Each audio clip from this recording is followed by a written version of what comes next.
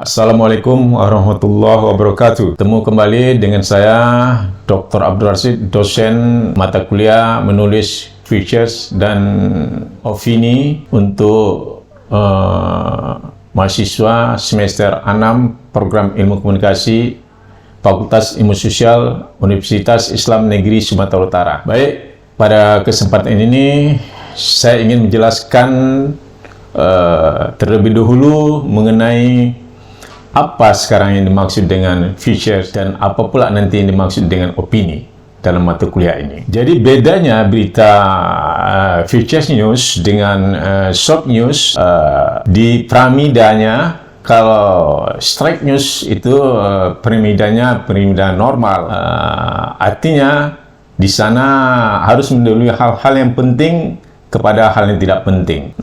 Tapi kalau di features news itu harus mendahului dari hal yang tidak penting ke hal yang penting.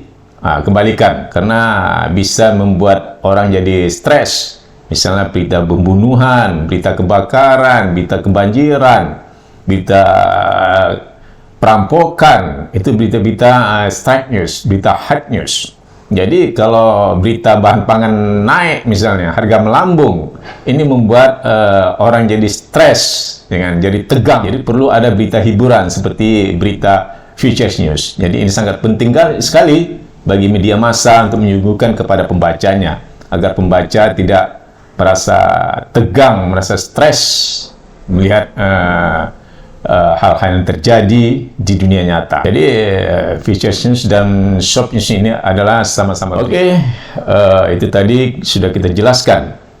Dapat kita pahami dengan baik perbedaan dan pengertian features news dengan straight news. Sekarang kita coba dulu mengetahui apa unsur-unsur dari features news ini. Features news ini juga harus mengandung fakta. Jadi nggak boleh fiktif dia. Nggak boleh fiktif. Dia harus fakta, karena ini berita. Jadi harus sesuai dengan fakta apa yang kita lihat, apa yang kita dengar, itulah yang harus ditulis.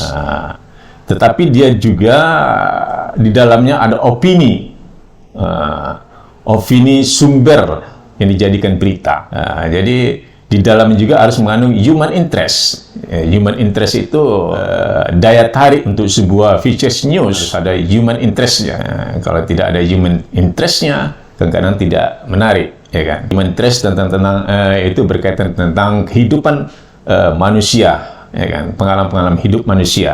Itu yang dimaksud. Harus ada unsur-unsur human interest. Kemudian features news juga harus mengandung unsur sastra.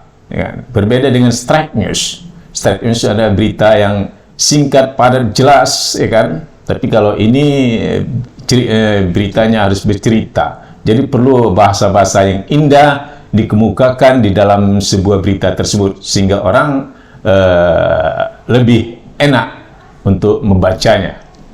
Itulah unsur-unsur yang harus diperhatikan dalam membuat berita features news. Oke, selanjutnya ingin saya jelaskan bagaimana karakteristik features news. Pertama, harus ada kreatif, ya. Memungkinkan penulis menciptakan sebuah cerita dengan teknik berkisah, tetapi bukan seperti saya jelaskan sebelumnya. Kemudian subjektif.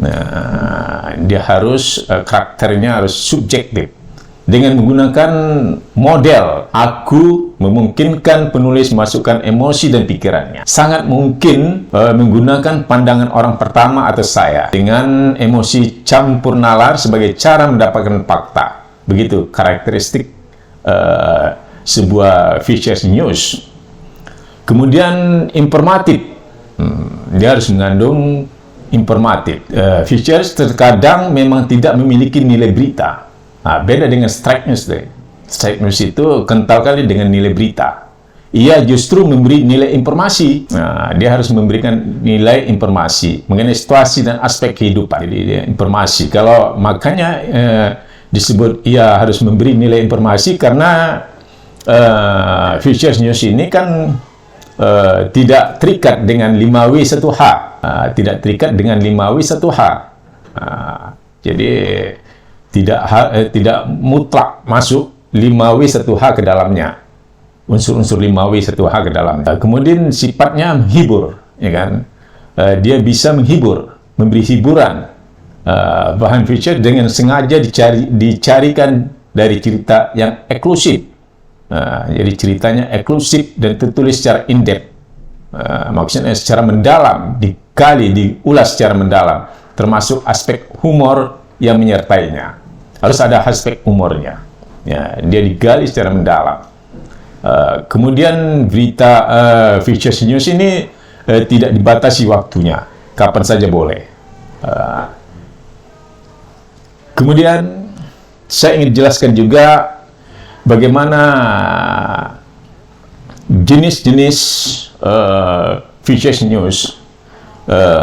Pertama ada namanya features news, yaitu features tentang peristiwa aktual. Biasanya merupakan pengembangan dari sebuah strike news. Ini pengembangan dari sebuah strike news. Misalnya kejadian tsunami misalnya. Kejadian tsunami itu beritanya bisa strike news, tetapi dalam berita itu bisa dalam berita strike news tadi bisa juga dibuat berita features news. Misalnya terjadi tsunami, sekian ribu orang tewas, tetapi ada satu orang misalnya yang selamat dari tsunami. Ini beritanya sangat menarik. Misal ada sosok yang selamat, lalu kita tulis sosok seseorang yang selamat dari tsunami, kita paparkan di media massa. Atau bagaimana dahsyatnya tsunami, ya kan? Bagaimana tsunami setelah menghantam suatu tempat, apa yang terjadi? Misalnya ada bangun yang masih utuh, itu bisa kita tulis sebagai tulisan features, ya, tulisan ringan tapi menarik. Ada feature sosok misalnya kan, feature sosok itu seperti kita menulis tentang kehebatan seseorang, ya kan. Misalnya ada seorang yang punya prestasi, ya, dalam belajar misalnya, sehingga dengan prestasi itu dia berhasil membawa menjadi dia dikenal banyak orang, ya kan. Nah, jadi perlu kita tulis sosoknya, featuresnya, atau sosok seorang pejabat tinggi, ya kan. Pejabat tinggi, seorang yang semula hidupnya biasa-biasa saja, kemudian dengan begitu apanya dia bisa menjadi orang lebih hebat, bisa jadi pejabat, bisa jadi presiden, ya kan. Itu menarik sebetulnya untuk diulas, ditulis, ya kan, secara dalam bentuk features news tadi. Kemudian ada feature traveling.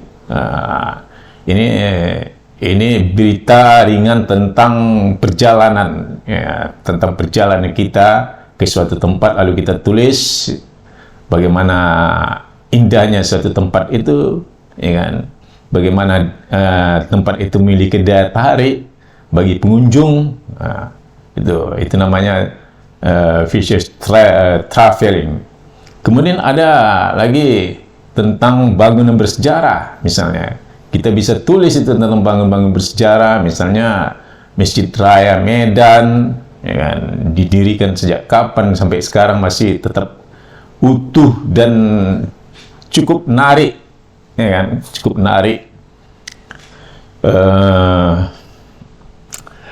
Bangunan sejarah, macam-macam bangunan bersejarah yang ada misalnya di suatu tempat, bisa masjid, rumah ibadah, atau istana. Istana kalau di Medan ini ada Istana Memun, ya. Ada rumah warga misalnya Chong Api punya, itu memiliki sejarah, ya kan.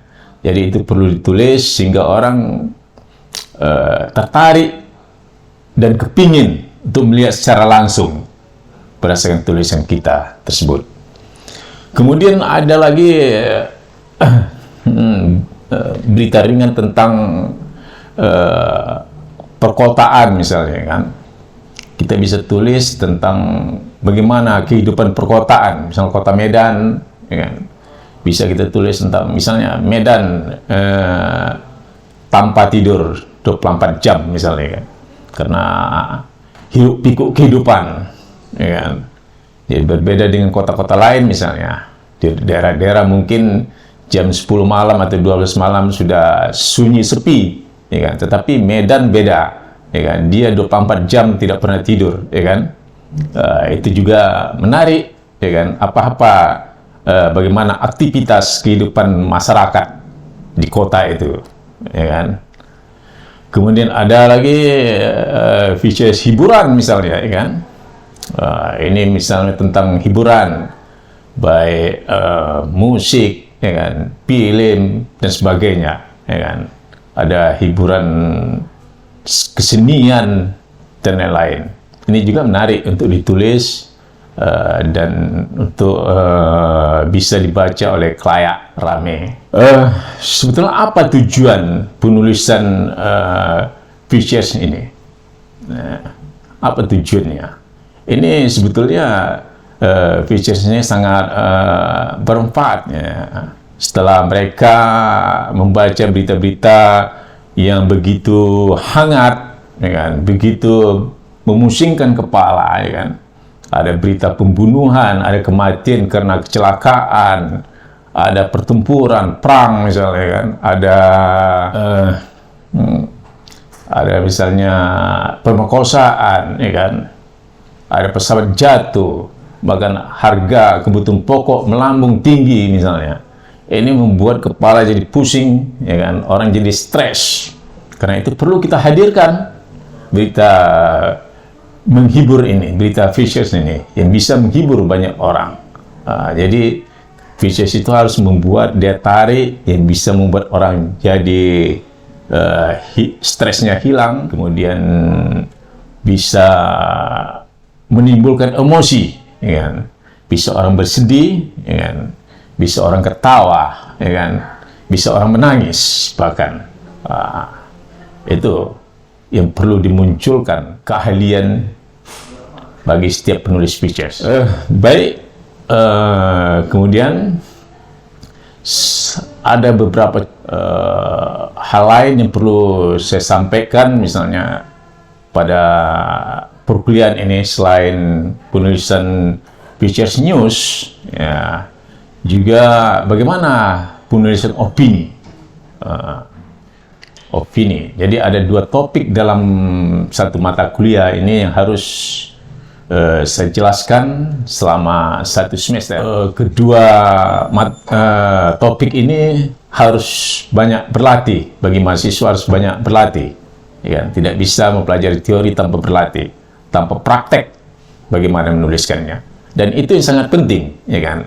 Dengan praktek itu menimbulkan pemahaman yang lebih baik, kemahiran, memunculkan kemahiran kita bagaimana menulis features, bagaimana menulis opini di media massa. Kalau opini umum tadi terserah, masalah politik, masalah ekonomi, masalah budaya, ya kan? Masalah komunikasi, silakan. Semuanya boleh ditulis di dalam opini.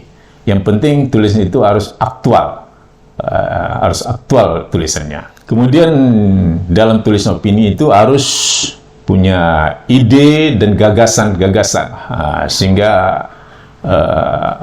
menemukan ide dan gagasan merupakan suatu langkah awal yang harus ditempuh oleh penulis opini. Kemudian selain itu juga harus punya argumentasi dan gagasan yang kuat. Kita harus punya argumentasi ketika menyampaikan pendapat-pendapat pada tulisan opini tersebut. Kemudian teknik penulisan opini di media massa haruslah menggunakan bahasa yang komunikatif sehingga orang dapat memahami dengan cepat pesan apa yang kita sampaikan. Kemudian kita pengetahuan bahasa, bahasanya harus ya sesuai dengan bahasa ke Indonesia, bahasa Indonesia. Dan pengetahuan tentang media massa. Kalau media massa, waspada bagaimana platform medianya, kalau mimbar umum bagaimana, kalau analisa bagaimana, itu harus kita pahami dengan baik. Baiklah, ini perlu saya sampaikan dan saya minta kepada mahasiswa dapat melakukan praktek membuat features dan menulis opini yang mana tulisan yang bagus nanti akan kita muat di media massa. Oke, terima kasih. Sampai di sini pertemuan kita. Taufik wal hidayah. Wassalamualaikum warahmatullahi wabarakatuh.